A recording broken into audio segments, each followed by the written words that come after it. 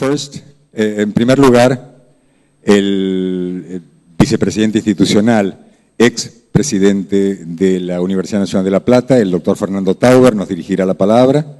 En segundo lugar, nos hablará la arquitecta Isabel López, ex vicedecana de la facultad.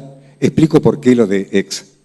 Este simposio empezó a tramitarse en la facultad y en la universidad durante la gestión anterior.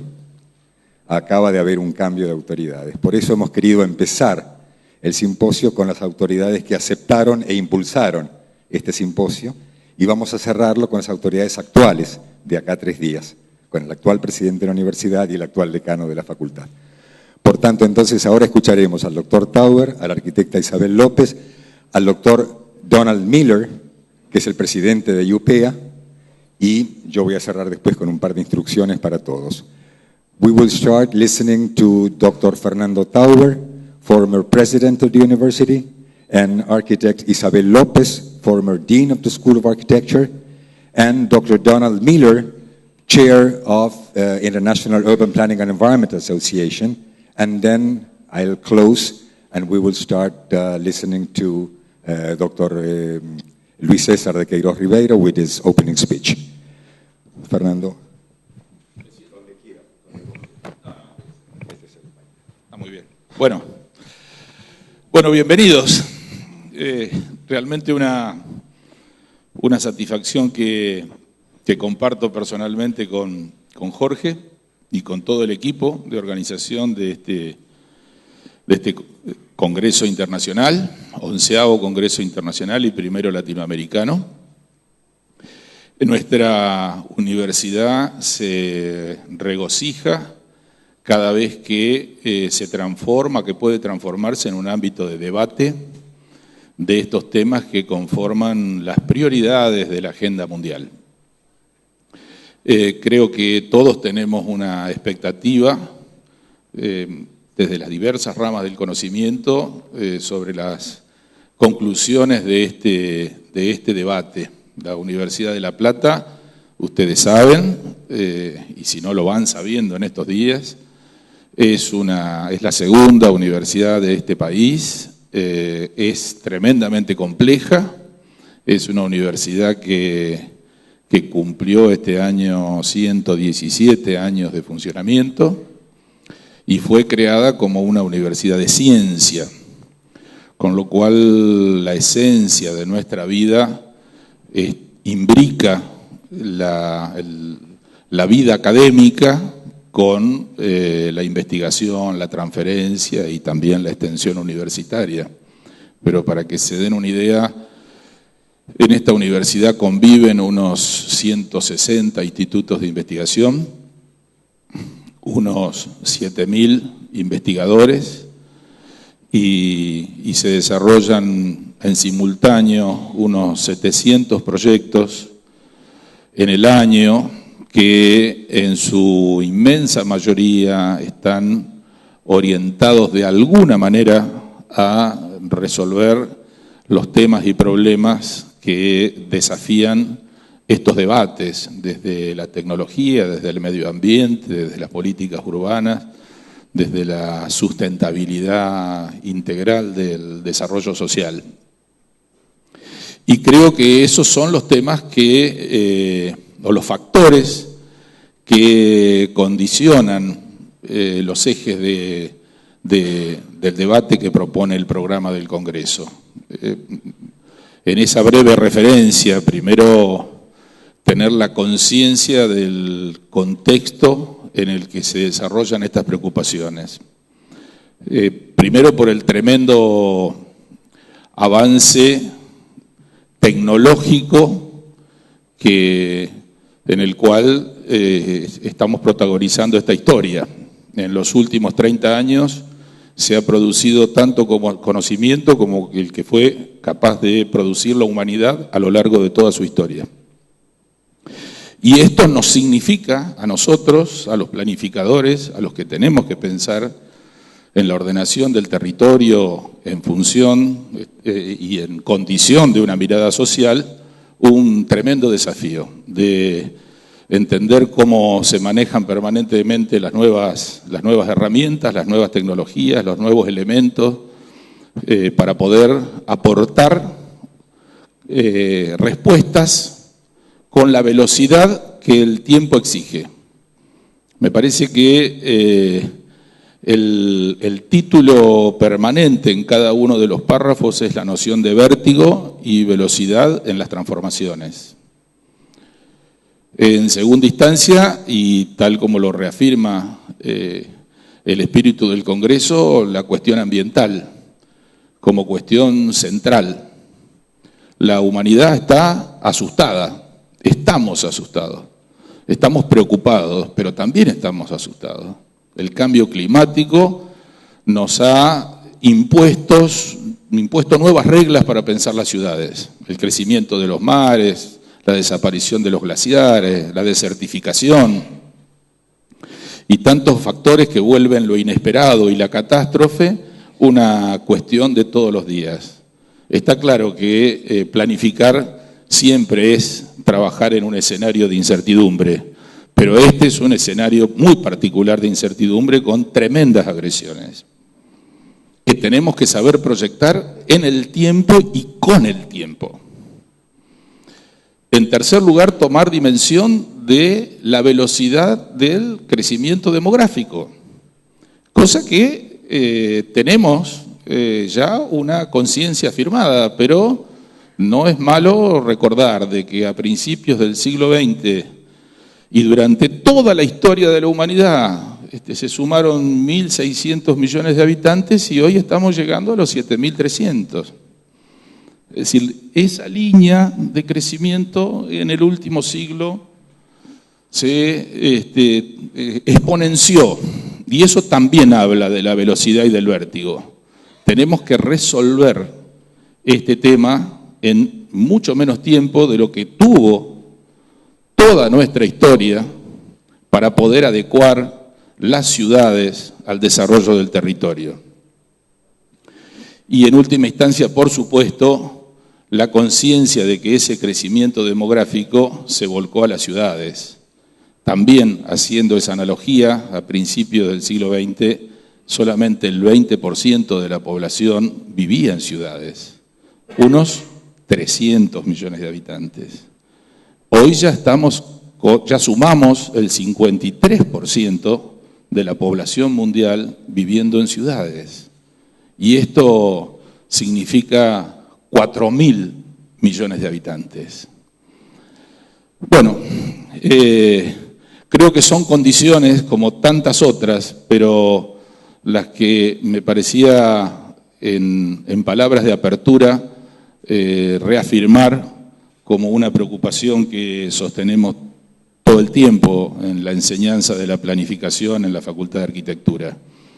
Les deseamos como universidad una muy buena estadía a los que nos visitan y reafirmamos los vínculos con los que compartimos todos los días la vida universitaria. Espero que los tratemos bien estos 3 días. Si esto no sucediera, yo tengo el despacho cerca, avísenme. Somos de confianza, pero no, le tengo mucha fe a este grupo de amigos y a mi colega y amigo directo, Jorge Carol. Así que bienvenidos a la Universidad de La Plata, bienvenidos a la Facultad de Arquitectura y bueno, tenemos toda la expectativa de que esto sea muy productivo, así que eso se lo pongo sobre sus espaldas. Espero la respuesta dentro de 3 días. Muchas gracias.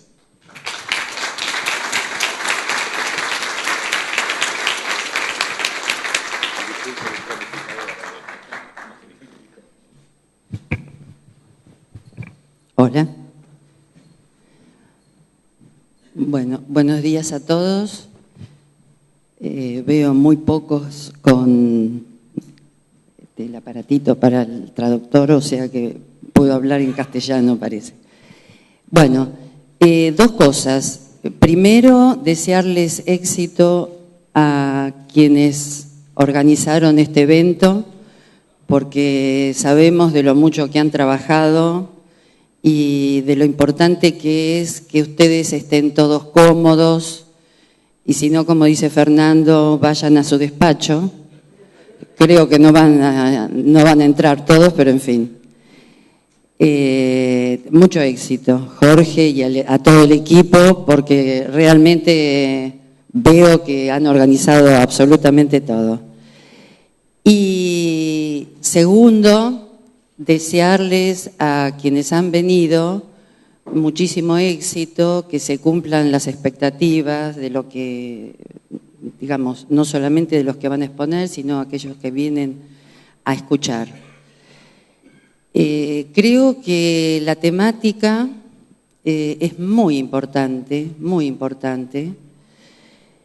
porque una de las cosas que decía Fernando, bueno, prácticamente la población del mundo es urbana, la latinoamericana todavía más prácticamente, y ni que hablar de Chile, Uruguay y Argentina, que prácticamente estamos urbanizados desde principios del siglo XX. Personalmente es un tema que siempre me ha preocupado y ahora que estoy como ya muy lejos en mi vida, cada vez me preocupa más.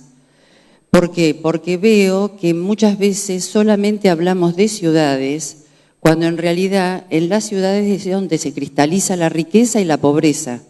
Pero en realidad, ¿por qué hablamos de ciudades y no hablamos? Muchas veces confundimos lo ciudad con lo urbano. Lo urbano para mí es simplemente un asentamiento consolidado o no, pero que aglutina población. La ciudad es cuando todos nos sentimos ciudadanos. Por lo tanto, me parece que lo que tenemos que mirar es que la ciudad sea más justa, por lo menos en Latinoamérica. Todos y nosotros que vivimos en la región metropolitana de Buenos Aires vemos la injusticia, el casi no derecho a la ciudad o el no derecho a la ciudad, no derecho al trabajo, todos los derechos que están instituidos en nuestra Constitución se deberían dar en la ciudad hoy, porque prácticamente la tecnología ha hecho que la gente emigre a las ciudades. Entonces me parece que ese es el desafío. También es sugerente el título que le han puesto al evento, que es conducir las transformaciones urbanas. Bueno, hay que ver quién las conduce, tampoco hay que ser ingenuo. Cómo se gestiona la ciudad, también en inglés puede ser gestionar. No es lo mismo quién conduce, o sea, todo tiene un sesgo ideológico y es en la ciudad donde se está plasmando. Así que, bueno, les deseo una feliz estadía, que puedan trabajar sobre estos temas y si bien no los vamos a resolver acá, pero sí irse con la semilla de cómo se puede hacer una ciudad más justa. Welcome all together.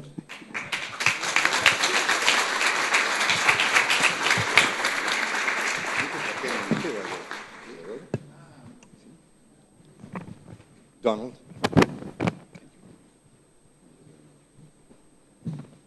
Good morning. It's marvelous to see so many people here. It's amazing. I'm Donald Miller. I'm on the faculty of Urban Design and Planning at the University of Washington in Seattle, Washington. I say Seattle, Washington, not to confuse you with Washington, D.C. I'm a co-founder of the International Urban Planning and Environment Association and the current chair, assisted by a very good group, our board, who make the decisions concerning policy for the organization. My role today is twofold. One is not to welcome you, that's the purpose of the host committee, but to thank you for coming. The second purpose is to tell you just a little bit about the International Urban Planning and Environment Association. We began in 1994, so this is our 20th anniversary. And UPE 11, Urban Planning and Environment 11, is then the 11th of a series of symposiums. Our purpose initially and continuingly was to respond to the Brundtland Commission report, Our Common Future, written in 1987. We were delighted about the broad policy statements in the Brundtland Commission report, but we were concerned about how do you actually make it happen? How do you implement it? How do you devise tactics and plans to actually implement the recommendations of the Brundtland Commission report? So our initial idea was to deal with how can urban planning improve environmental qualities in cities for health, for competitiveness, for environmental justice, social justice, and that's continued over the years. We do this in three ways. One of them, of course, is the symposiums, and we call these symposiums not conferences because we want much more interaction than several of us have experience with at conferences. We're especially interested in people discussing papers that are presented and, of course, deliberating in the corridors. The second approach that we take is to try to get some of the papers published in journals and magazines to reach a broader audience than the symposiums themselves. And a third way that we go about trying to reach the purposes that I've just enunciated is through a series of book publications. So the International Urban Planning and Environment Association works especially with Ashgate Publishers in Great Britain in editing a series of books. We're now up to 23 volumes, and we have 4 more under contract. So if you have a good manuscript that you're interested in seeing getting published, please talk to me. Thank you for coming. The interaction that occurs in the track sessions and in the coffee breaks and at lunch are going to be especially important in my estimation. And the quality, what you take away from this conference is going to be in direct proportion to your contribution. Thank you very much.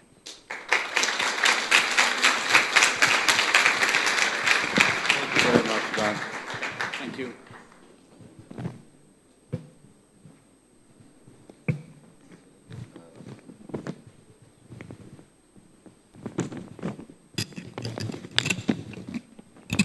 Olvidarme de algunas cosas, así que traje una anotación. Primero queremos agradecer sinceramente a IUPEA, a la International Urban Planning and Environment Association, por la confianza que nos han depositado en nosotros hace ya varios años. Esperamos honrarla, Don. Estamos muy agradecidos a ustedes por el interés que han demostrado y por la respuesta que han mostrado a nuestra convocatoria, a nuestra invitación. Queremos empezar por ahí. Este 11º simposio de IUPEA, del cual hablaba Donald, es el primero que tiene lugar en América Latina. Esto tiene para nosotros una importancia capital.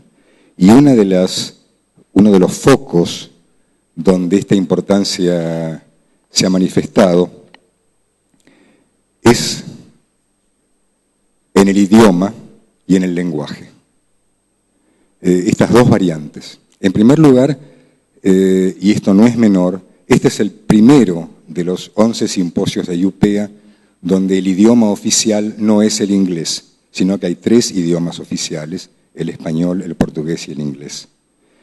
Esto no es menor, pero tiene que ver con que, de otra manera, muchos colegas latinoamericanos no habrían podido participar simplemente por no dominar el inglés. De modo que haber elegido un simposio trilingüe es una decisión que respeta parte de la idiosincrasia latinoamericana y permite que nos reunamos a discutir y a conocernos. Pero la segunda dimensión de esta cuestión semántica es el lenguaje. Es decir, ¿qué queremos decir cuando decimos ciudades sustentables, equitativas, inteligentes, ciudades saludables? Estamos hablando de los mismos procesos, de los mismos actores, de los mismos fenómenos. Nos pareció que era muy importante descubrir cuáles eran los conflictos, las contradicciones detrás de palabras aparentemente universales.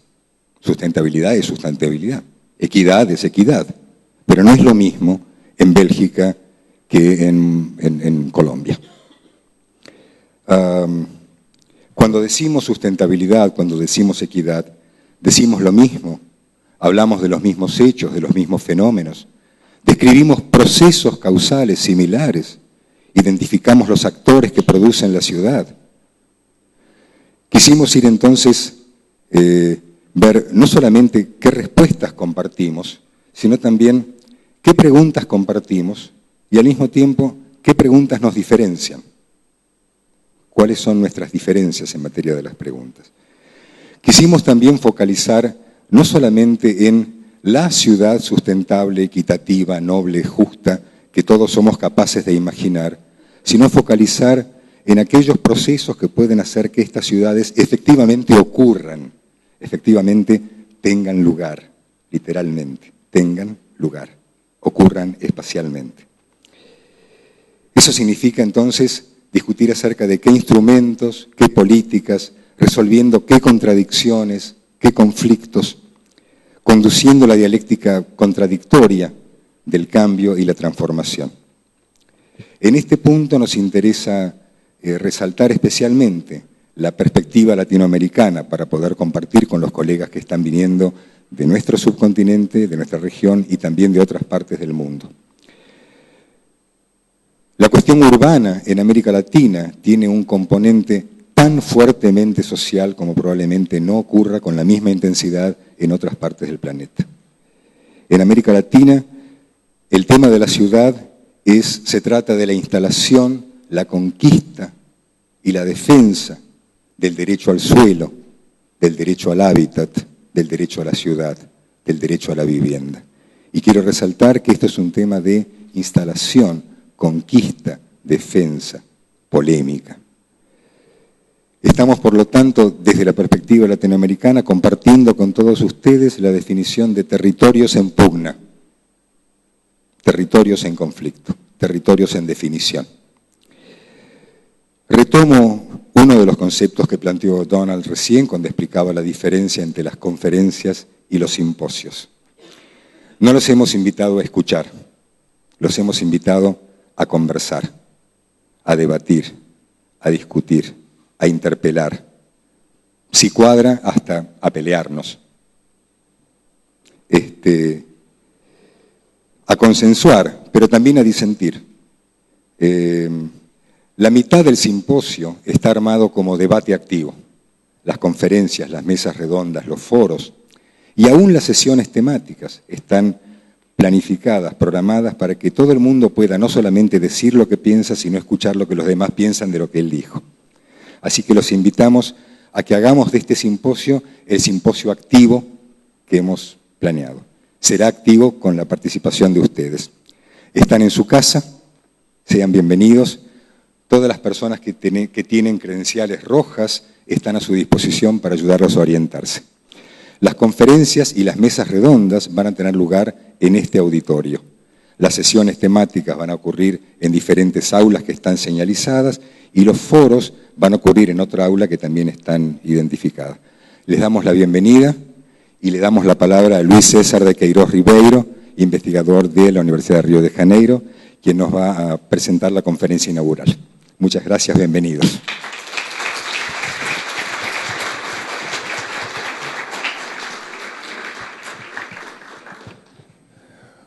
Buenos dias, bom dia a todos e a todas. Acho que é a primeira vez que vou falar para um público da Argentina em português e é um prazer estar aqui.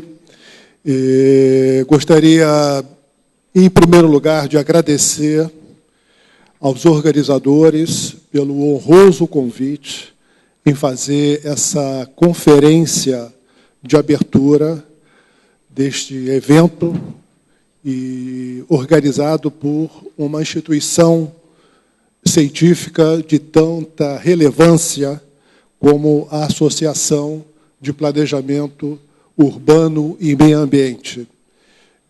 uma honra tanto maior na medida em que é a primeira vez que um evento dessa associação acontece na América Latina. Então, me sinto muito honrado e muito agradecido à associação pelo convite.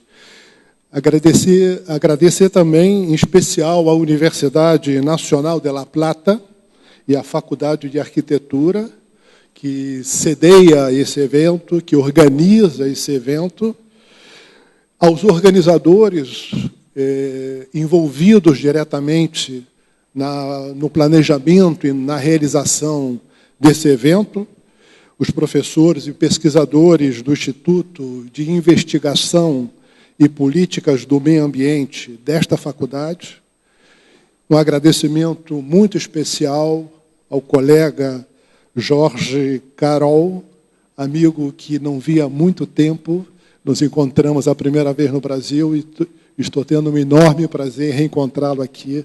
Agradeço também a ele, especialmente aos organizadores, pelo agradecimento aqui ao professor Jorge, também pelo convite.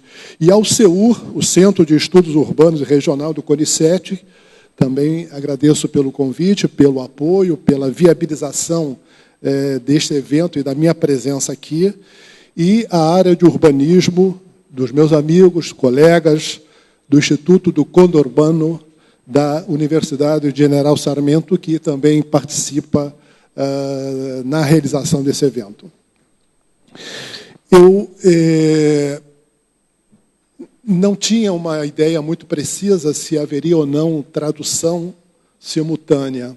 Então, eu preparei uma apresentação muito apoiada na utilização do PowerPoint, mais do que gostaria, mais do que desejaria, porque prefiro mais falar de maneira um pouco mais aberta, um pouco mais livre, mas com a expectativa de fazer uma fala apoiada em PowerPoint em espanhol para me fazer entender, acabei fazendo uma apresentação que me obriga muito a utilizar o PowerPoint mais do que eu desejaria.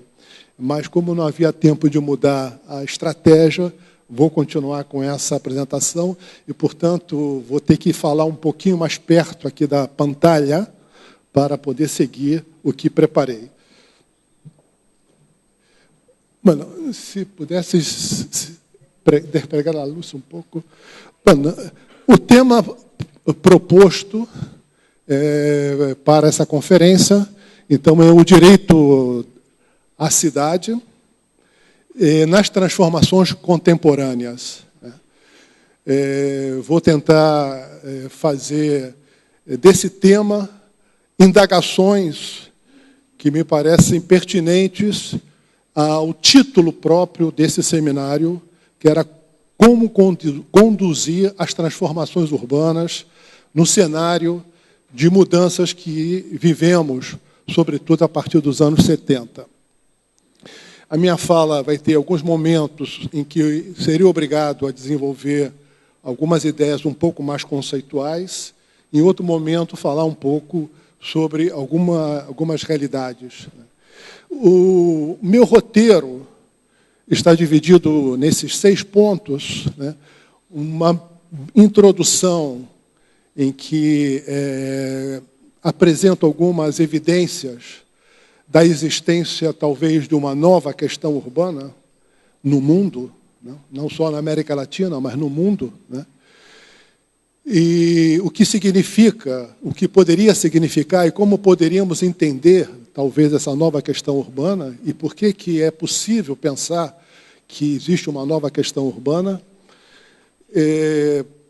tentar problematizar essa questão urbana a partir da ideia de que essa questão urbana resulta dos efeitos da mercantilização crescente da cidade, geradora de conflitos, desafios, lutas, né? Então, o que significa a mercantilização da cidade e quais são as conexões entre esse processo de mercantilização, os problemas atuais da cidade, os desafios e as lutas contemporâneas. Pensar um pouco a cidade, portanto, na grande transformação e de cara, logo no início, a ideia da grande transformação remete à visão de Karl Polanyi sobre o duplo movimento que marca a sociedade contemporânea entre mercantilização e proteção, né? E pensar o que é o tema da cidade na grande transformação contemporânea, né? Dialogando com as ideias do Polanyi e do Harvey. E, por último, no quinto ponto, vou trazer algumas informações sobre o cenário da cidade latino-americana e como esses problemas colocam interrogações sobre o que está passando e o que poderá passar no futuro nas cidades da América Latina. Não exatamente a cidade latino-americana, mas as cidades no continente latino-americano, já que falamos de muitas diversidades, embora haja muitos pontos de contato entre essas realidades. E, por último, algumas breves conclusões que pretendem muito mais gerar uma indagação para todos nós do que propriamente formular conclusões de fato, especialmente sobre os caminhos possíveis do enfrentamento no futuro desses desafios decorrentes da grande transformação contemporânea e seus impactos na grande cidade. Bom, uma nova questão urbana. Claro, isso nos remete a um velho conhecido nosso, a um tema que se introduziu na agenda de pesquisa no mundo inteiro e na América Latina, a partir, pelo menos, desses dois grandes autores, Manuel Castells e Jean Longines, que exatamente no início dos anos 70 do século passado se indagava sobre a emergência de uma questão urbana nas sociedades contemporâneas industrializadas, né? Sob o impacto, de um lado, da industrialização avançada, né? E, por outro lado, sob o impacto dos efeitos dos movimentos de maio de 68, que tematizaram de maneira nova a questão social e colocaram temas muito relativos à cidade, que fundamentaram essa ideia de uma questão urbana contemporânea tendo centralidade nos conflitos sociais daquela sociedade industrial daquele momento. Hoje em dia, temas como aqueles que embasaram, que fundamentaram o debate público e o debate acadêmico sobre a existência de uma questão urbana, centralizando a questão social daquele momento, percebemos, por diversos meios, um debate, interrogações, intervenções que nos fazem pensar que talvez estejamos também diante de uma outra questão urbana, cuja compreensão passa a ser fundamental na medida em que essas indagações elas revelam intenções, revelam proposições, revelam também determinadas reflexões sobre as mudanças contemporâneas da sociedade. Aqui trago, em primeiro lugar, essa declaração de um grande executivo do banco, do Citibank, né, falando que anunciando as suas estratégias para o futuro, dizendo que trabalhamos com 3 grandes tendências no mundo para pensar as estratégias de investimento desse grande grupo financeiro em que estamos inseridos. A primeira, a globalização. A segunda, se trata dos processos de transformação do trabalho manual para trabalho digitais, e a terceira é o movimento do campo para as grandes cidades e grandes centros urbanos. Hoje, 50% da população global vive em cidades e cremos que, nos próximos 25 anos, esse número chegará ao redor de 70% a 75%. Então, o tema urbano parece, nessa declaração, como um tema estratégico para o futuro de um grande grupo financeiro, um grande grupo bancário, né? O que significa uma percepção sobre o futuro e o quanto esse futuro urbano abre oportunidades de novas estratégias de investimento financeiro, bancário e financeiro. O Programa de Assentamentos Humanos das Nações Unidas, por outro lado, em 96, publicou um relatório anunciando a emergência de uma nova era urbana no mundo, né? E a nova era urbana no mundo colocando novas questões, novos problemas sociais que precisavam ser entendidos na sua particularidade, quanto problemas decorrentes da cidade, como também elemento importante para pensar a estratégia de futuro. A conhecida escola e prestigiada escola de economia de Londres, a London School of Economics, e juntamente com o banco Deutsche Bank, vem realizando pelo mundo conferências anunciando também a chegada de uma nova era urbana no mundo, colocando também interrogações, colocando também novas perspectivas de atuação, tanto no campo acadêmico quanto no campo das políticas públicas. E vamos encontrar na literatura hoje diversas obras que colocam essa indagação, né, por diversas perspectivas diferentes, tanto em termos teóricos quanto em termos políticos. Da ideia da cidade na encruzilhada, a cidade como a encruzilhada civilizatória, societária do momento, ou a cidade da utopia, ou a cidade do futuro de transformação da sociedade atual numa sociedade renovada, por exemplo, aqui expresso no título dessa obra do Jordi Borja, um grande conhecido nosso, falando da cidade não só como problema, mas também como cenário de possibilidades de novas utopias. Outro lado, também no campo acadêmico, várias indagações traduzidas também em leituras sobre o papel econômico possível da cidade como impulsionadoras de um tipo de desenvolvimento mais baseado na criatividade, mais baseado na inovação, e a cidade seria o lugar, e em alguns casos, o sujeito dessas inovações. Aí são perspectivas um pouco mais otimistas sobre esse cenário urbano da chamada nova era urbana do mundo. E, ao mesmo tempo, indagações sobre a centralidade da problemática urbana hoje e dos conflitos que a cidade concentra como epicentro das sociedades, colocando a perspectiva que os problemas urbanos e a luta em torno dos problemas urbanos, ou a luta em torno daquilo que vem ganhando cada vez mais presença no debate político e no debate acadêmico, o direito à cidade, deixa de ser apenas um problema secundário para ser também uma maneira de pensar de maneira renovada a sociedade. Mudar a cidade é mudar a sociedade. Isso foi tematizado, por exemplo, nas manifestações de Wall Street como um tema importante e muito repercutido pela mídia. E o último livro do David Harvey, que nos traz também essa reflexão, e, nesse caso, já assumindo essa perspectiva da centralidade dos problemas urbanos, da questão urbana, tanto em termos de condensação das questões societárias, quanto em termos da perspectiva de transformação do mundo, e com esse título das cidades rebeldes como um novo campo de luta de classes no mundo contemporâneo, não mais a indústria, mas a cidade como sendo esse grande campo de luta de classe transformadora do mundo.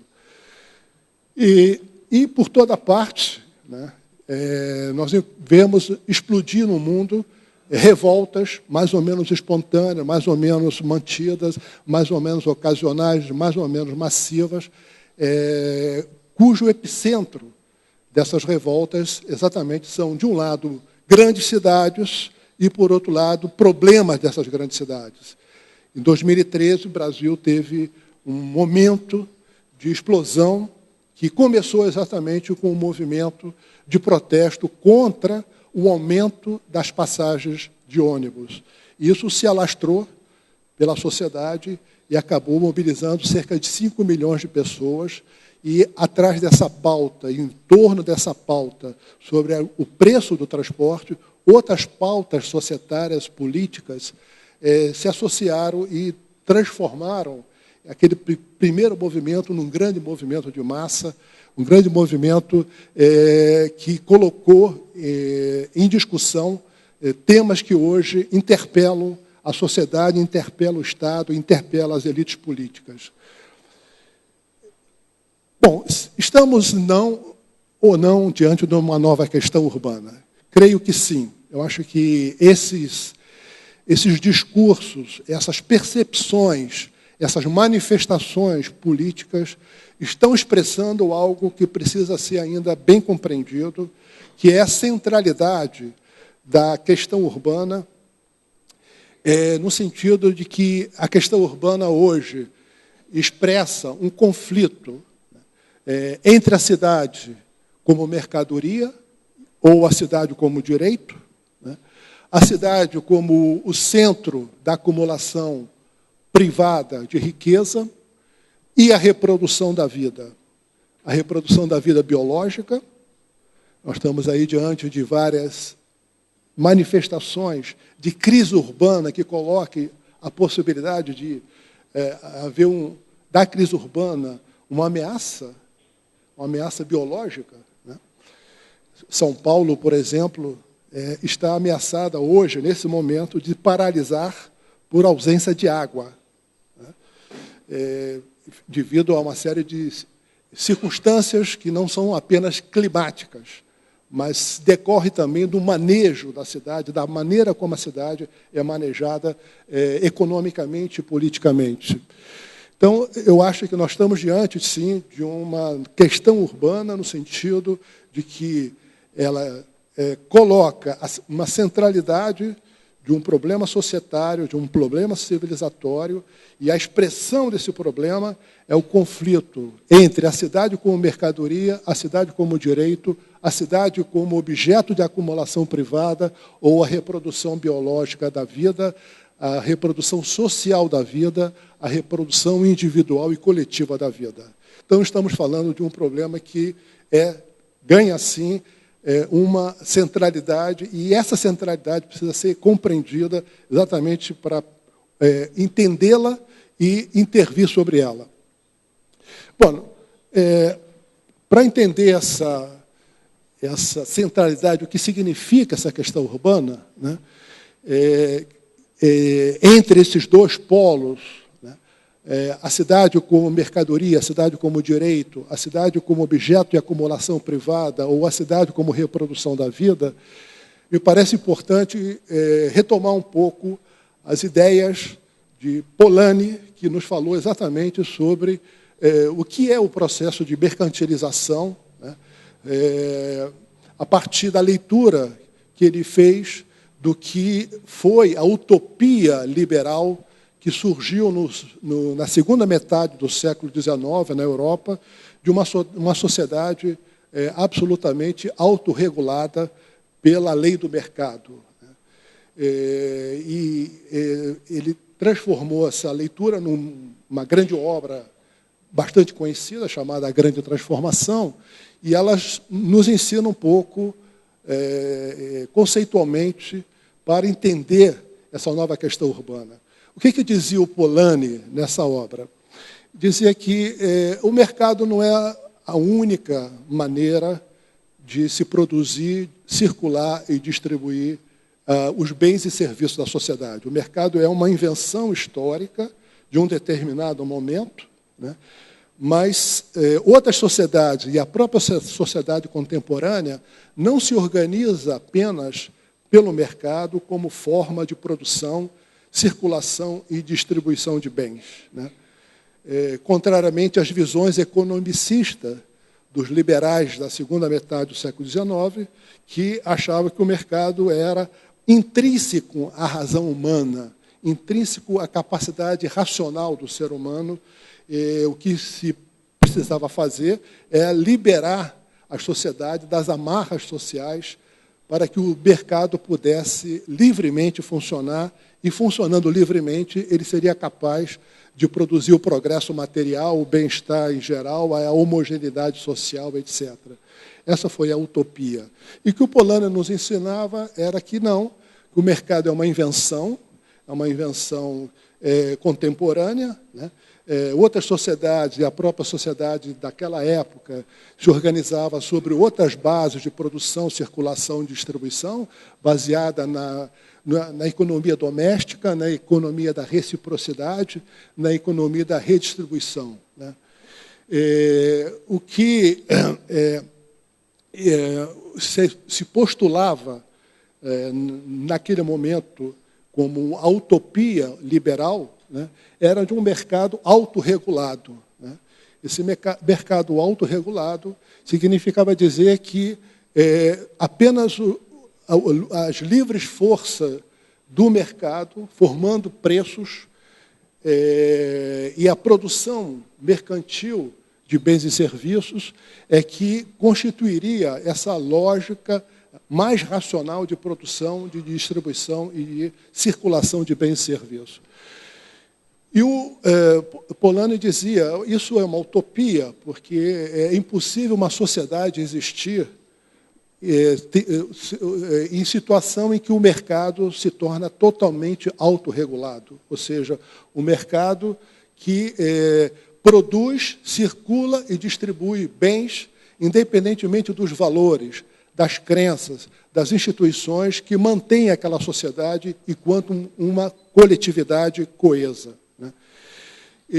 Isso porque esse mercado autorregulado, ao retirar 3 elementos fundamentais para a manutenção da sociedade como uma sociedade coesa, das instituições, dos valores, das normas, que são a terra, o trabalho, o dinheiro, isso ameaçaria de maneira radical as sociedades no sentido da sua desarticulação, da sua descoesão.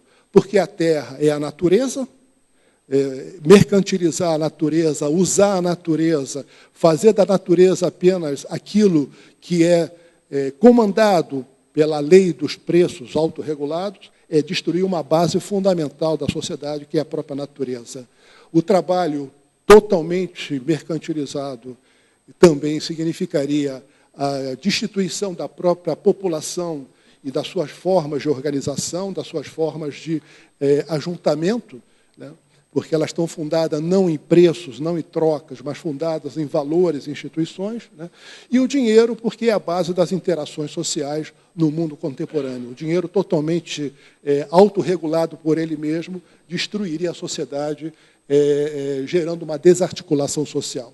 Então, por esse motivo, o Polanyi nos colocou uma visão de que toda a sociedade ela é fundada numa permanente tensão, que ele chamou do duplo movimento. O movimento pela mercantilização das coisas, e chegando mesmo a tentar mercantilizar a terra, o trabalho e o dinheiro, mas essa sociedade, exatamente sob o impacto desarticuladores dessa mercantilização, reagiria gerando instituições de proteção da sociedade e que restringiria essa esfera do mercado autorregulado como base de organização da sociedade. Então, essa ideia do duplo movimento, toda a sociedade seria marcada por esse permanente duplo movimento, cada conjuntura histórica pode ser lida segundo a posição de cada um desse par, mercantilização e proteção social estão funcionando, né? As sociedades também podem ser diferentes segundo o grau maior ou menor do mercado autorregulado como centro da vida coletiva, como centro da estruturação da sociedade. E 2 tipos de proteção o Polanyi nos deixou como referência. Algumas esferas da vida são absolutamente protegidas das leis de mercado autorregulado, né? Exatamente as esferas da vida que são fundamentais para que a existência da coletividade possa acontecer, possa se manter, né? Ou a proteção através de mercado, mas não o mercado autorregulado, no sentido de um preço que se forma por si mesmo, pela lei da oferta e pela lei da produção mercantil privada de bens e serviços, mas preços que são incrustados dos valores das instituições da sociedade e fazem com que, de alguma forma, as crenças e a normatividade regulem as relações da sociedade, né? Então, o efeito de proteção se manifestaria, pelo menos, por essas duas maneiras. Mas esse efeito de proteção, que tende a gerar uma homogeneização social e uma regulação da sociedade, na produção, na circulação dos bens e serviços, né, que, para o Polanyi, seria uma reação intrínseca à sociedade, para que ela se proteja dos efeitos de desarticulação, né, elas, na verdade, acontecem de maneira diferente, segundo duas forças fundamentais. Primeiro, a competição interestatal no sistema mundo, né? Dependendo da posição de cada país na luta pelo controle do capital circulante, que impulsiona essa competição interestatal e pelo qual, inclusive, se tem acesso a recursos, acesso, muitas vezes, geradores de guerra, né? Então, a posição de cada Estado nessa competição interestatal gera maior ou menor tendência a que essas forças de proteção social possam emergir e gerando uma proteção da sociedade dos efeitos desarticuladores do mercado. E, por outro lado, a força que decorre do conflito capital-trabalho que a ordem industrial gerou, né, e que acabou também constituindo uma outra dinâmica de geração de mecanismos e instituições de proteção social. Então, as sociedades, na verdade, reagem aos efeitos desarticuladores, protegendo-se, não exatamente pela sua vontade, depende também das dinâmicas internas de cada uma dessas sociedades, decorrente, por um lado, da posição de cada uma delas como Estado-nação no sistema interestatal, né? Para a competição é preciso homogeneizar fundamentalmente a sociedade, especialmente porque a ameaça de guerra nessa competição é permanente e você não faz guerra se não tiver coesão interna nessa sociedade. Então, muitas vezes, essa competição leva aos Estados a estabelecerem sistemas de proteção para manter uma homogeneização social que torna esse Estado competitivo nesse sistema interestatal, e o conflito capital-trabalho, a centralidade desse conflito também é gerador de mecanismos, instituições, dinâmica de proteção social. Então, na verdade, a leitura a ser feita do Polanyi tem que levar em consideração de que essa reação, que para o Polanyi era muito intrínseca a todo tipo de sociedade, pode ser muito diferente de sociedade para sociedade, de conjunturas para conjunturas, em função exatamente dessas forças que comandam esse conflito entre mercantilização e proteção social. Bom, e a cidade nesse movimento, né? Creio que nós podemos, talvez, fazer uma periodização na grande escala, né, do que aconteceu na cidade através dessa leitura do conflito entre mercantilização e proteção social, né. Houve uma forte mercantilização da cidade nos anos 40, que gerou, inclusive, intervenções importantes exatamente para constituir as condições espaciais, as condições institucionais a que a mercantilização da cidade pudesse ocorrer, e não estou falando aqui como, pelo menos, uma expressão importante desse processo, as reformas de Haussmann em Paris, né? Um segundo momento, diante dos processos e os conflitos gerados por essa mercantilização, um primeiro experimento regulador nos anos 10, exatamente quando nasce o urbanismo e quando nasce o planejamento urbano como técnica, como ciência, como maneira de pensar a cidade, como maneira de pensar e agir sobre a cidade, né? eu diria que foi um experimento que desmercantilizou parcialmente a cidade, constituindo uma série de normatividade de uso e ocupação do solo, moradias sociais, etc. Né? E podemos dizer que esse experimento dos anos 10 foi uma espécie de laboratório institucional que teve uma enorme importância posterior no pós-guerra, quando o estado do bem-estar social nasce como resultado do pós-guerra, com as suas instituições de proteção social.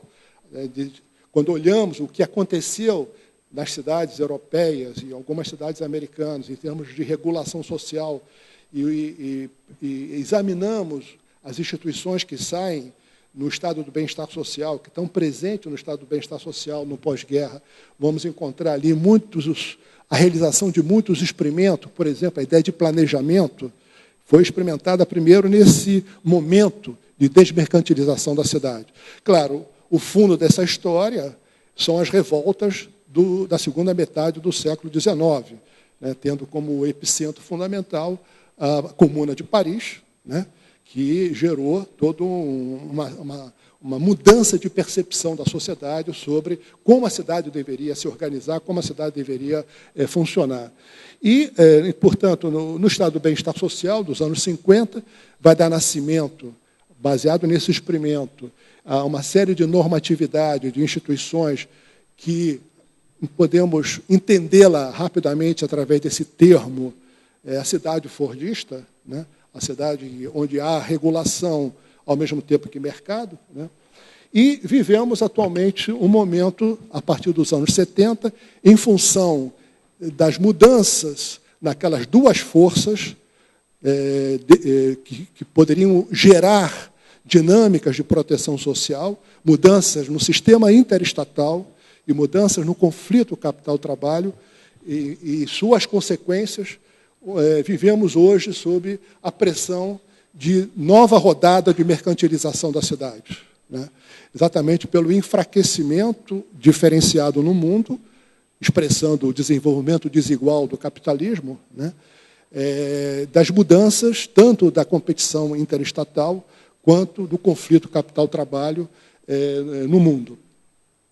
Bom, então, há uma pressão que vem de várias partes, né, de várias escalas da organização do mundo, né, pela mercantilização, novamente, da cidade. Né? Como compreender essa mercantilização? Para, enfim, estabelecer um diálogo aqui sobre isso, vou utilizar aqui a proposição do David Harvey, conceitual, da ideia, né, de uma acumulação por expoliação. Né? A ideia da acumulação por expoliação, formulada pelo Harvey, né, retoma a velha ideia, a antiga ideia do Marx sobre a acumulação primitiva, né, que, na leitura de alguns, talvez do próprio Marx, significava a acumulação primeira, né, a acumulação que vai gerar mercadoria, onde não existia ainda mercadoria, vai gerar o trabalho mercantilizado, quando o trabalho ainda não é mercantilizado. Né? E, na visão de muitos economistas, do próprio campo marxista, essa ideia da acumulação primitiva seria superada na medida que o próprio capitalismo constrói as suas bases de reprodução, não mais necessitando de fazer uso das práticas próprias da acumulação primitiva, que passam menos pelo mercado, menos pelas trocas e mais pelos vários tipos de violência, desde a violência física às violências simbólicas e culturais, para transformar aquilo que não é mercadoria em mercadoria. Então, o que o Harvey nos propõe, né, que o que está acontecendo na cidade expressa, na verdade, algo que é permanente do capitalismo, que na história longa do capitalismo nós vamos encontrar vários momentos do surgimento de práticas de acumulação que se organiza mais pela dispossessão do que pelas relações de troca, pelas relações de circulação. Então, a acumulação primitiva do Marx, então, é retomada pelo Harvey e transformada nesse conceito da acumulação por despossessão, e a cidade é pensada como, hoje, o palco do confronto entre dinâmicas de acumulação por despossessão e os conflitos de resistência aos efeitos dessa acumulação por despossessão, na medida em que ela vai mercantilizando aquilo que estava desmercantilizado, aquilo que a sociedade protegia como esfera fundamental de não mercantilização, né? Então, o que é a acumulação por dispossessão do Harvey? Antes de mais nada, distribuir ou redistribuir, ao contrário de produzir riqueza, né? A mercantilização é, antes de mais nada, portanto, um fato político, né? É a criação da riqueza fictícia através de processos especulativos que geram a falsa impressão de dinamismo, né? E como? Mercantilizando o que não era mercadoria e mercantilizando aquilo que foi mercadoria e deixou de ser mercadoria, né? Novamente frisando que, na concepção que estamos utilizando aqui do Polanyi, é mercadoria não apenas aquilo que tem preço, mas aquilo que tem preço fundado nas próprias leis do mercado autorregulado, ou seja, pelas leis de oferta e demanda e pelas leis que organizam o processo mercantil de produção, né? Então, nem tudo que tem preço, nós podemos dizer que é uma mercantilização estrito sensu. Muitos preços podem existir embebidos dos valores e das normas sociais, das instituições sociais. Então, se trata de mercantilizar aquilo que não era mercadoria, por exemplo, toda a natureza que, durante esse período anterior, nas cidades europeias, sobretudo, eram guardadas como, enfim, riqueza social que deveria ser protegida do processo de mercantilização, né? Ou a cultura, que deveria ser expressão das visões de mundo de cada sociedade, né? Então, mercantilizar aquilo que não era mercadoria, ou remercantilizar aquilo que deixou de ser mercadoria. Como? Através da privatização e da mercantilização de ativo, que até então eram bens coletivos, né, que funcionavam, às vezes, com preço, mas preços incrustados, embebidos em normas e valores, em leis, né? Mercantilizando também a cidade via a indústria do divertimento, onde o turismo de novo tipo tem um papel importante, né? Mercantilizando não apenas a cidade como terra, né, mas a cidade como patrimônio histórico e patrimônio cultural, né? Eu venho de uma cidade onde isso está ocorrendo de uma maneira extraordinariamente rápida e produzindo efeitos extremamente preocupantes quanto ao futuro dessa cidade, o Rio de Janeiro, né? O Estado ele é responsável por transformar o quadro regulatório, né, que antes protegia a terra, o meio ambiente, a cultura e a história, num outro quadro regulatório favorável ao processo de mercantilização. Então, aqui também tem um ponto importante para a nossa reflexão. A mercantilização não se dá na ausência do Estado.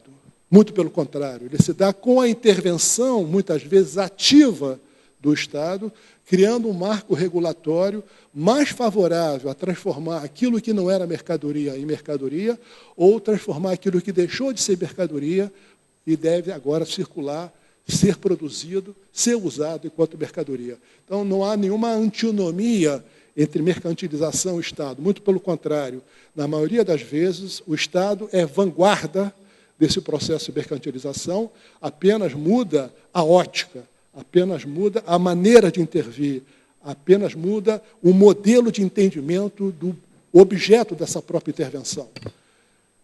E o outro elemento dessa acumulação por dispossessão é a financiarização da cidade também, como expressão também da financiarização do mundo, né?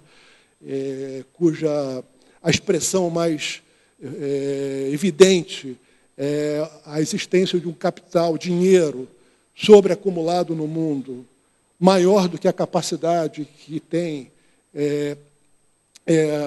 os proprietários desse dinheiro de investir da forma tradicional esse dinheiro. Então, isso cria todo um movimento especulativo em torno da criação de possibilidades de investir esse dinheiro, né?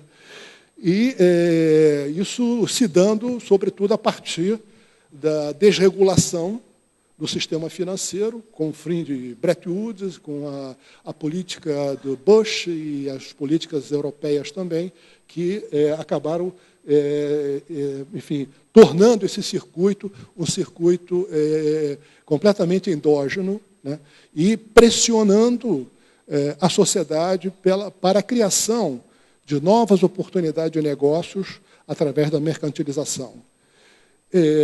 A acumulação por despossessão também se manifesta por uma forma de administração e manipulação das crises, né? A Argentina hoje vive um combate importante com os abutres, né? Isso nada mais é do que um sistema político administrando uma crise, e a concorrência, a competição, e o lugar da Argentina no sistema interestatal pelo acesso aos recursos do capital circulante internacional, né? Então, a própria administração da crise financeira monetária dos países e das cidades e das regiões fazem parte desses processos de acumulação por despossessão, né, cujo resultado é redistribuir recursos, riqueza, de países mais pobres para países mais ricos, de muitas vezes essa lógica se expressar numa forma planejada de gestão e de produção da própria crise, né? E a redistribuição se dando também muito pela via do Estado, né? O Estado assume um papel de reverter o processo de redistribuição de recursos das classes altas para as classes baixas, que marcou o período anterior, o período fordista, né? Então, o Estado tem um papel importante em inverter esse processo e gerar intervenções que mantêm ou impulsionam a concentração da riqueza, né? Privatizações e cortes de gastos públicos que sustentam o salário social, todo o tema da reestruturação dos estados, né? E a diminuição da esfera do bem-estar social, onde houve um estado de bem-estar social e onde houve mais ou menos um estado de bem-estar social, como na América Latina e em alguns países, uma pressão para a reestruturação dessa política social, o que não significa somente cortar os gastos sociais, mas significa também, muitas vezes, mudar o sentido desse gasto social, né? Então, por exemplo, no Brasil, nós podemos exemplificar esse fato, né? Por exemplo, da política habitacional atual, que é uma política jamais vista na nossa história, pela massividade dessa política, a intenção de construir 5 milhões de moradias em 4, 8 anos, né? E nunca se viu também porque, pela primeira vez, é uma política de incentivo à construção com subsídio direto do Tesouro, um verdadeiro anátema da visão liberal que prevalecia anteriormente, foi rompido, e o Estado hoje tira dinheiro do Tesouro para colocar num fundo, junto com outros recursos que vêm de outro lado, para impulsionar essa política habitacional altamente subsidiada. Então, se trata aí não de cortar exatamente apenas os gastos nessa reestruturação, mas mudar o sentido. Nesse caso aqui, na verdade, é uma política habitacional que favorece muitíssimas grandes empreiteiras de construção, e poderia ser feito com o mesmo recurso outras políticas muito mais interessantes para, inclusive, melhorar as condições habitacionais, já que o problema habitacional das cidades brasileiras é menos um problema habitacional e muito mais um problema da imobilidade das pessoas no território e o alto custo dessa mobilidade. Então, se essa política pudesse ser uma política que combinasse uma intervenção na esfera da construção habitacional com uma regulação dos serviços privados de transporte, regulando o preço, organizando o serviço, produziria, talvez, efeitos muito mais interessantes para a população e para a cidade do que está sendo produzido através dessa política e que, massivamente, está reproduzindo, em escala muito mais ampla, a política habitacional anterior, que é colocar os pobres na periferia, onde há terra mais barata, onde, portanto, é possível construir de maneira mais rentável. Algumas ilustrações sobre isso que está acontecendo como pressão de mercantilização em função dessas grandes transformações. Primeiro, o que está se passando na Grécia. Hoje foi constituído na Grécia, país que está sofrendo exatamente essas políticas estatais, superestatais, de ajuste, que podemos ler como um braço dessa acumulação por despossessão, né? Foi constituído um fundo de desenvolvimento de ativos na República Helênica, tem esse site, quem quiser consultar, que não conhecer, que é declaradamente como o maior programa de desinversão no mundo. O estabelecimento desse fundo foi em 2011, previa a retirada do Estado, inclusive da sua função executiva a respeito do processo de privatização. Como mudança, né, foi nomeado um conselho de diretores composto por 5 membros designados pela Assembleia Geral e de observadores das zonas do euro e da Comissão Europeia para manejar esse fundo, né? Esse conselho é assessorado tecnicamente pelos membros da Troika, assim que se chama a Comissão Europeia, o Banco Central Europeu, o FMI, que atuam hoje na Europa, nesses países, não só na Grécia, mas também na Espanha, em Portugal, para reestruturar a situação econômico-financeira e monetária, né? Então, esse conselho é assessorado diretamente por essa autoridade monetária internacional, que tem um papel fundamental nas decisões que são tomadas a respeito desse fundo. Agora, o que é esse fundo? Ponto central desse fundo é gerar um grande mercado imobiliário na Grécia, capaz de trazer o capital circulante internacional para a Grécia em empreendimentos imobiliários, e isso ser um mecanismo de ajuste do problema financeiro, monetário, fiscal do Estado grego, né? E esse mercado imobiliário impulsionado por esse fundo, né, ele é pensado como um mercado onde o Estado não deve ter nenhum papel de intervenção, de regulação, né?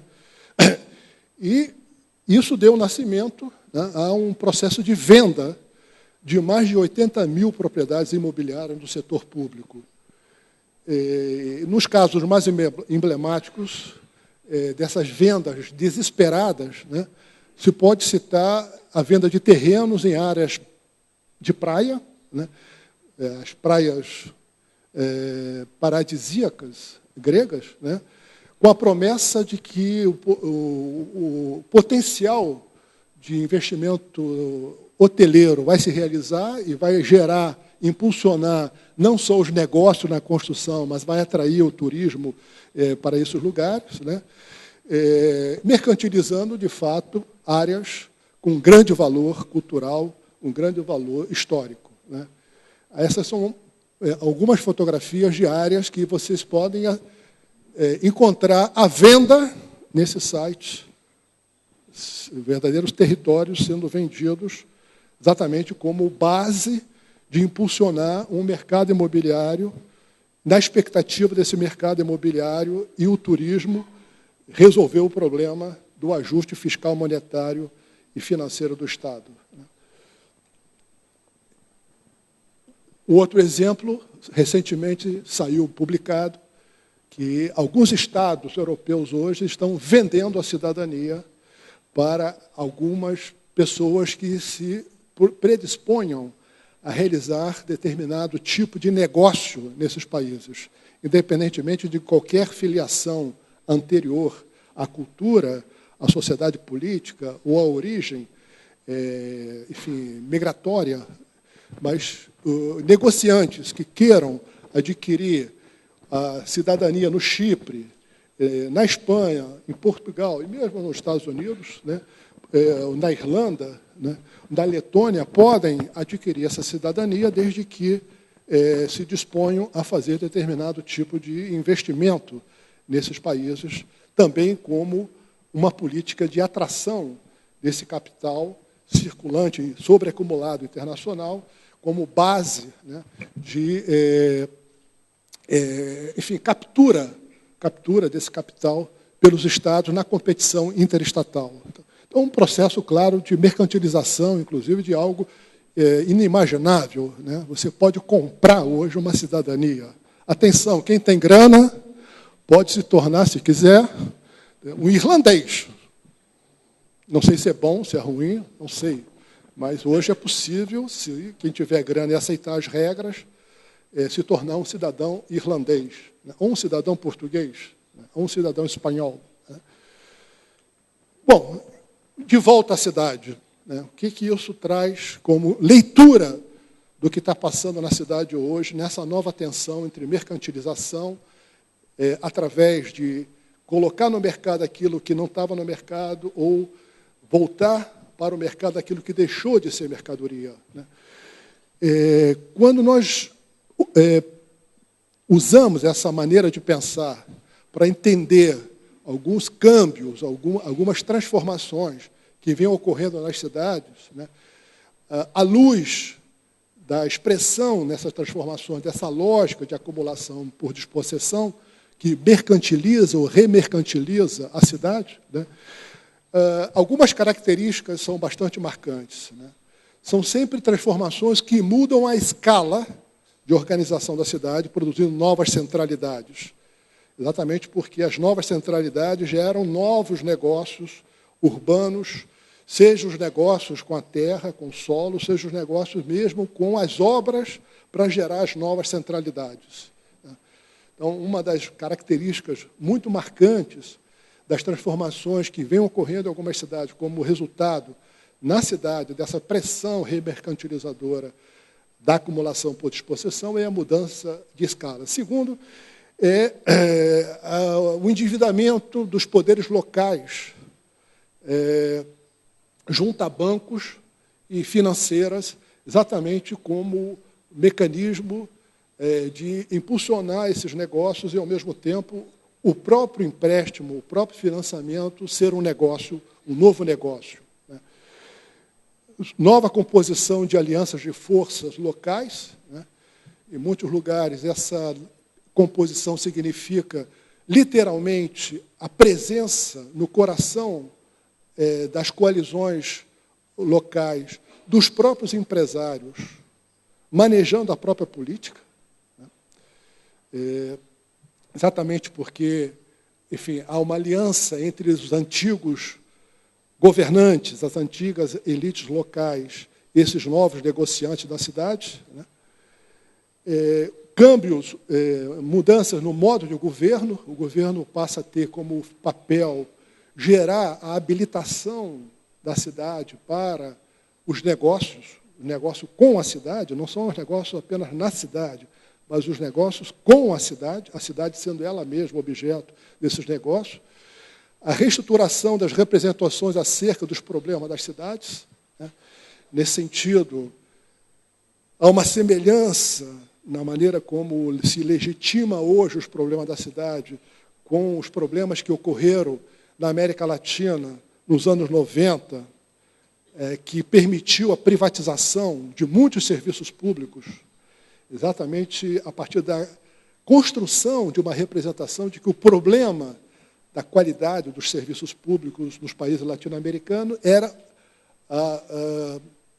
a presença descabida do Estado como a causa primeira do funcionamento precário desses serviços.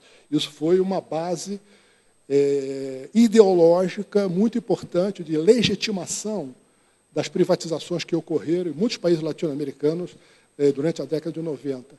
Hoje também nas cidades, vários problemas, como a violência, como às vezes até o problema das favelas ou das habitações precárias, né, são objeto de uma nova representação que legitima um tratamento diferenciado, como é o caso que eu citei anteriormente do programa Minha Casa Minha Vida no Brasil, né? A maneira de pensar, de representar esses problemas mudam no sentido de gerar bases de legitimação para essa mudança da cidade como negócio. Incentivo também ao desenvolvimento de uma cultura urbana, uma cultura urbana de mercado, enfim, que muitas vezes parte, inclusive, do próprio Estado, né? Eu não trouxe aqui, mas eu vou citar, né? No Rio de Janeiro, por exemplo, que é um palco e um objeto desse confronto, a prefeitura, para legitimar as mudanças, encomendou uma grande empresa de fabricação de brinquedos para crianças, um brinquedo banco imobiliário para ser distribuído largamente nas escolas. E o banco imobiliário continha como tema da prática do jogo a venda de pedaços da cidade, quanto custaria, quanto valeria comprar uma moradia numa favela pacificada a partir da pacificação. Quanto você acha que é o preço dessa moradia? Você pode trocar, enfim, essa moradia nessa favela pacificada por uma moradia num loteamento criado pela política social? Quanto vale? Todo um jogo cujo sentido era exatamente levar as crianças a uma percepção sobre a importância suposta dessa lógica de mercado como resolução dos problemas da sociedade. Felizmente, houve uma grita na sociedade tão grande que o governo resolveu retirar essa política de distribuição nas escolas públicas desse banco imobiliário sobre a cidade, né? Apenas com uma ilustração dessa ideia de que faz parte desse processo o incentivo a uma cultura de mercado. Bueno, dito isso, qual é o cenário que nós podemos ter para a América Latina? Não vou fazer nenhuma análise aqui sobre a América Latina, não haveria tempo, talvez não tenha nem a competência para fazê-lo, mas gostaria apenas de pontuar alguns elementos, alguns tópicos que me parecem importantes. Primeiro, eu acho que nós vivemos na América Latina aquilo que vem sendo chamado de uma nova transição urbana, né? Ao mesmo tempo, no cenário mais geral, a partir, sobretudo, dos anos 2000, há uma crise de legitimidade do projeto neoliberal, né? E o experimento de certos projetos neodesenvolvimentistas, ainda que possamos discuti-los profundamente, o significado e a profundidade desses projetos e suas contradições, né? Mas é o caso da Argentina, o caso do Brasil, o caso de Venezuela, o caso de Bolívia, né? São projetos que se propõem a retomada dos velhos ideais desenvolvimentistas e muitas vezes significando um novo tipo de intervenção, né? E, ao mesmo tempo, acompanhando esse processo, experimentos urbanos mercantilizadores em várias cidades, né? E, muitas vezes, há menos contradição entre esses projetos neodesenvolvimentistas ao nível nacional e os projetos neomercantilizadores ao nível urbano do que podemos imaginar, né? E isso se traduz, em muitos casos, em políticas urbanas ambíguas. Políticas urbanas que funcionam tanto com um discurso baseado na ideia de uma política urbana protetora e, ao mesmo tempo, intervenções concretas que são totalmente habilitadoras do mercado, totalmente incentivadoras da privatização, da transformação urbana para gerar uma qualidade de vida mais adequada aos negócios urbanos, né? E no meio dessas políticas, ou nesse cenário de políticas ambíguas, muitas lutas urbanas em torno do direito à cidade, né? Rapidamente, como é que poderíamos perceber essa transição urbana, né? É um ciclo em que ingressamos, né? Já vimos ingressando paulatinamente, né? Mas que é marcado pelo fato da diminuição expressiva da pressão demográfica sobre as cidades. As cidades crescem hoje menos que cresciam antes. A migração campo-cidade diminuiu enormemente, né? Mudando muito o cenário do que foi a conformação dessas cidades nos anos 50, 60, 70, que tiveram como marca expressiva exatamente a pressão demográfica, né? Então, há uma possibilidade de novas políticas urbanas nos países latino-americanos mais favoráveis ao atendimento das necessidades urbanas e da população, mais favorável à reforma das cidades, mais favoráveis ao bem-estar urbano, do que foi possível no passado, ainda que as políticas não eram muito favoráveis a essa política, a essa intenção, mas a pressão demográfica do período anterior foi um elemento importante para explicar a nossa precariedade, a nossa informalidade, a nossa, enfim, gigantescas cidades com as marcas de problemas acumulados que temos hoje nos países. Hoje nós vivemos essa transição, né? Essa transição se expressa no fato que 80% da população hoje do continente vive em cidades, ainda que possamos discutir que os conceitos de cidades, estatísticos pelo menos, são bastante diversificados de país para país, né? O crescimento hoje dessas cidades está em torno inferior a 2%, né? E com uma população também que, em muitos países, atinge aquilo que os demógrafos chamam de bônus demográfico, que é o fato de que a população ativa passa a ser proporcionalmente maior do que a população de ninhos e de ancianos. Esqueci o nome em português. Idosos. Graças. E, ao mesmo tempo, a economia latino-americana vem experimentando, enfim, especialmente nos anos 2000 para cá, né, um crescimento, né, ainda que hoje estamos impactados pelas mudanças globais, né, mas é inegável o crescimento que ocorreu na Argentina, no Brasil, né, e não só pela taxa de crescimento, mas pelo um modelo de crescimento que, pela primeira vez, consegue combinar crescimento e diminuição das desigualdades, pelo menos de renda, ainda que a desigualdade de riqueza continue crescendo fortemente, mas há uma distribuição, pelo menos, da renda pessoal em muitos desses países, né? E o fato de que muitas dessas cidades hoje são cidades que concentram uma força produtiva importante, né? 2/3 da riqueza procede das cidades, das regiões metropolitanas. Então, o que for feito nessas grandes cidades terá não apenas um impacto positivo no bem-estar, mas poderá também alavancar estratégias de desenvolvimento nacional, né? Pela importância crescente dessas grandes cidades enquanto concentração das forças produtivas, né? E algumas mudanças também no campo institucional, ensaios de democracia participativa em muitos países, né? Ensaios de proteção ambiental, né? Enfim, alguns lados, uma tentativa de estabelecer experimentos de governança que não seja somente favorável ao mercado. Então, há uma transição urbana que abre oportunidades para uma política urbana diferente daquela que nós já conhecemos no passado. Aqui algumas estatísticas, alguns gráficos, algumas ilustrações desses elementos de transição urbana que os países latino-americanos passam, né?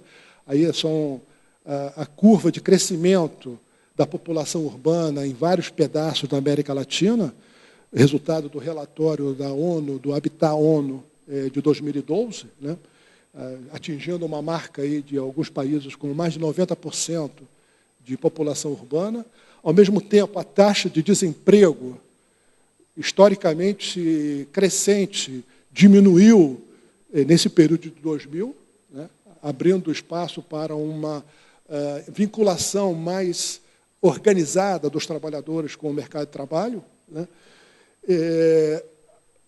Os grandes centros urbanos e as cidades mesmo intermediárias e mesmo menores, numa curva decrescente de crescimento demográfico, né. Então, é outro elemento importante dessa transição, abrindo espaço para mudanças de política, mas, e, ao mesmo tempo, esse gráfico aqui é interessante, porque mostra que há um crescimento do PIB pela primeira vez, né, quer dizer, na história longa dessas sociedades, que é mais rápido do que o crescimento da população urbana, abrindo espaço, portanto, também para políticas urbanas distintas daquelas que foram praticadas nos períodos anteriores, né. No entanto, tem ainda muitos desafios para que essas oportunidades de transição possam ser aproveitadas em novas políticas urbanas. Continua elevado o nível de desigualdade, né, desigualdade de riqueza, desigualdade de bem-estar, né. A segregação é uma das marcas das cidades latino-americanas. Esse período recente, não obstante a economia, ou talvez por efeito dela mesmo, se acelera os processos de segregação históricos que vinham ocorrendo nessas cidades, inclusive com novos modelos de segregação, e aqui vocês sabem do que eu estou falando, dos country, dos bairros cerrados, que que é uma marca aqui de Buenos Aires, mas isso está difundido em grandes cidades da América Latina, né?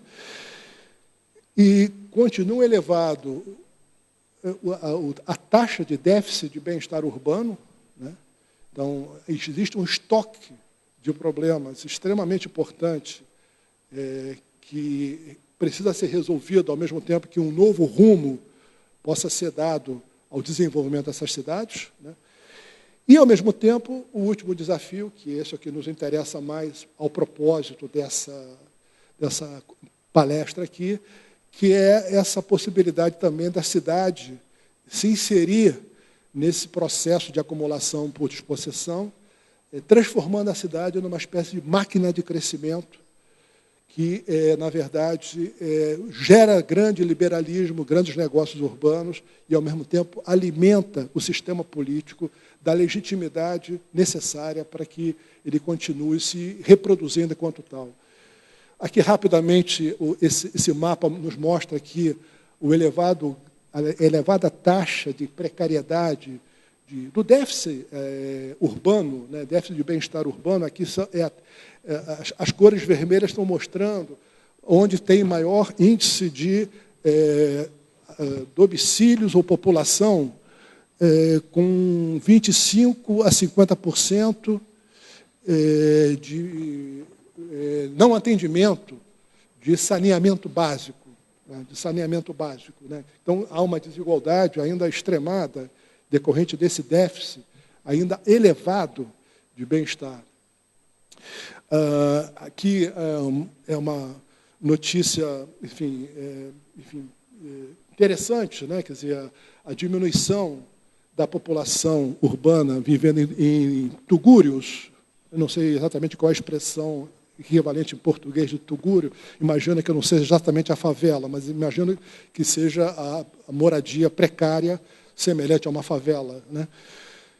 Em relação à população urbana, né, de 90 a 2010, né, e, ao mesmo tempo, a segregação como um desafio importante, não apenas a segregação no sentido da reprodução da desigualdade, de acesso ao bem-estar, mas hoje há sinais muito claros de como essa segregação, historicamente constituída nas cidades da América Latina, impulsionadas por dinâmicas atuais, né, geram hoje uma contratendência a democracia de oportunidades. Aqui eu estou trazendo aqui dois, é uma espécie de propaganda também, né, de trabalhos feitos. Aqui dois livros feitos, um com o colega Ruben Katzmann, e outro com colegas do Brasil, sobre o impacto da segregação urbana na desigualdade de acesso real da população que está sendo colocada nas escolas, né? Aqui, nesses dois trabalhos, vários estudos mostrando em cidades diferentes, algumas cidades da América Latina, como se crianças que têm o mesmo contexto familiar de pobreza, mesmo contexto de domicílio, mesmo grau de renda, mas vivendo em espaços segregados, têm um desempenho pior escolar na série elementar, né, de quarta série, do que outras crianças semelhantes, pobres, de famílias precárias, etc., mas que vivem em territórios que não são marcados por esses efeitos da segregação. Então, por um lado, há um esforço enorme para universalizar e aumentar a qualidade escolar. Por outro lado, essas cidades, na maneira como elas estão organizadas e continuam se organizando, geram efeitos que bloqueiam, de fato, a democracia de oportunidade. Mesma coisa fizemos também com o mercado de trabalho, como o mercado de trabalho também é impactado pelos padrões de segregação, fazendo com que trabalhadores que têm determinadas qualificações pessoais não tenham acesso aos empregos correspondentes em função do lugar de moradia dele, em função da localização dele nesse território segregado, né? E, muitas vezes, quando tem acesso, a renda obtida do trabalho é menor do que o equivalente a ele, mas morando em outro território.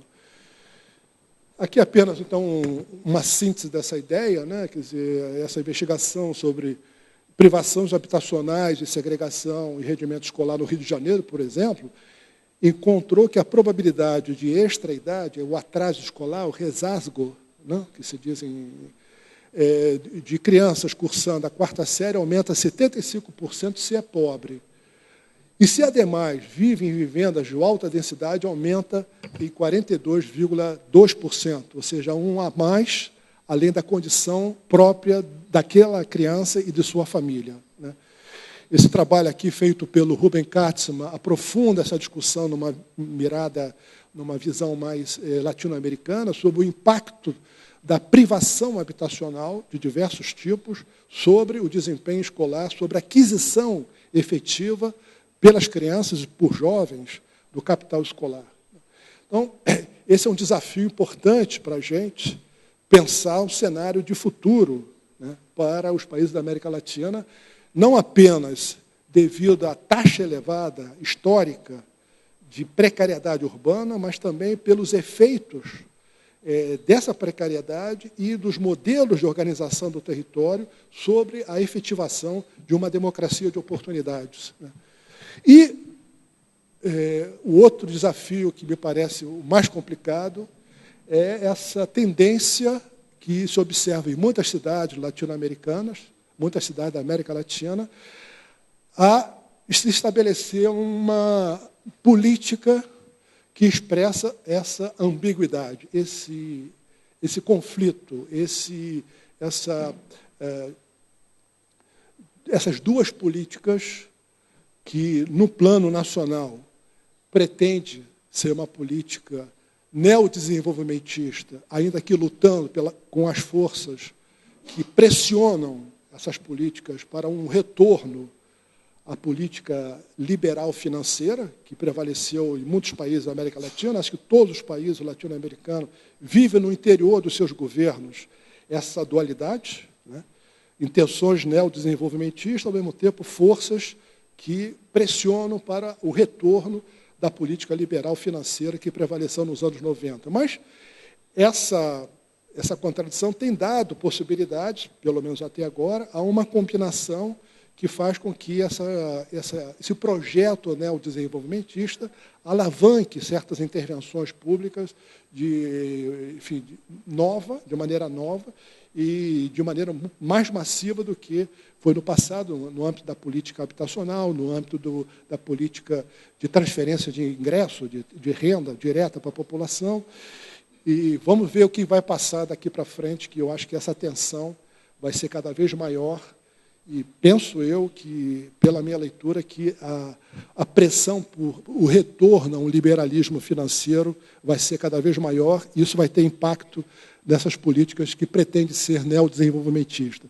Mas, por enquanto, até agora, em muitas cidades, você tem essa combinação esdrúxula, contraditória, entre uma política que se pretende neodesenvolvimentista, portanto, protetora, política social, provisão de serviços, provisão pública de serviços, e a cidade competitiva atuando no sentido do liberalismo urbano e do incentivo à acumulação urbana via o circuito secundário, obras públicas, imobiliários, renda, serviços coletivos, etc., etc. Isso se faz uma espécie de máquina de crescimento, usando a imagem do Logan, do Molotta, de 87, uma espécie de máquina de crescimento em que a política local liberal, associada à política ambígua, neodesenvolvimentista do federal, acaba gerando uma sinergia altamente danosa para experimentos que não sejam experimentos liberais, porque essa política gera lucro, que gera emprego de baixa qualidade, especialmente nas obras públicas, no imobiliário, mas gera votos. Muitos votos.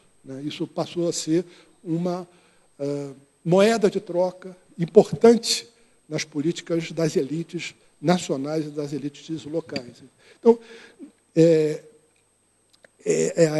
em muitas cidades, nós temos essa política traduzida em políticas urbanas locais extremamente ambíguas. Por um lado, políticas que, repercutindo esse projeto neodesenvolvimentista nacional, se orientam por uma política de regulação, de provisão de serviço, etc. Por outro lado, uma outra política que habilita o mercado, que incentiva a mercantilização, etc.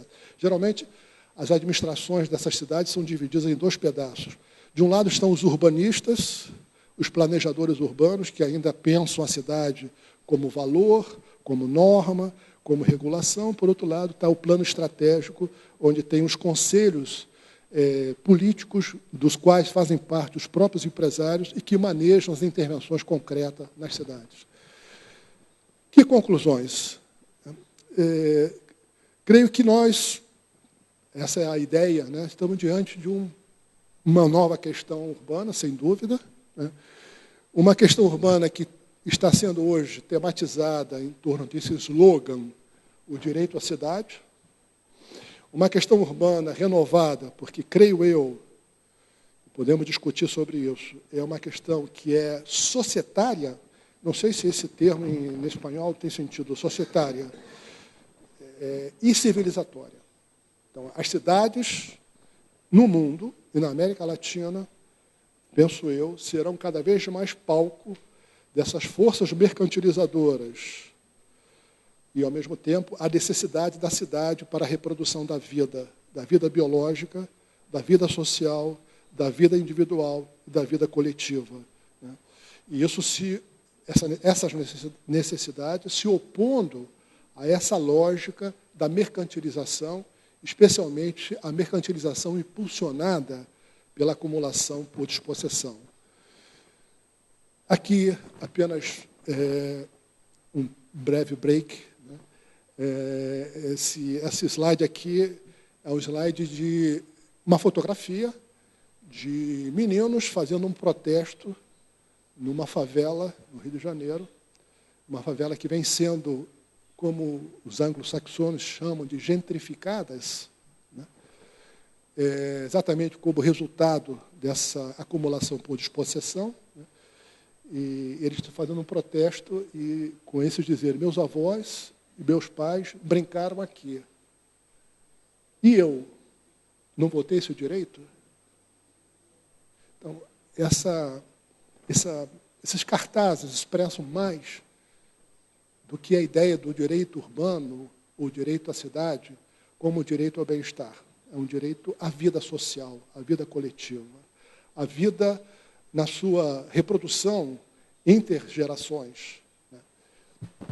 E termino aqui com duas citações que vocês vão me permitir ler, porque me parece muito expressiva dessa ideia. Uma, do Parker, Robert Parker, que, enfim, já um pouco no final da vida dele, acadêmica, deixou nesse livro essa ideia de que a cidade é o intento mais consistente do homem e o mais bem exitoso como um todo para reacender um mundo em que vive o mais próximo do seu desejo íntimo.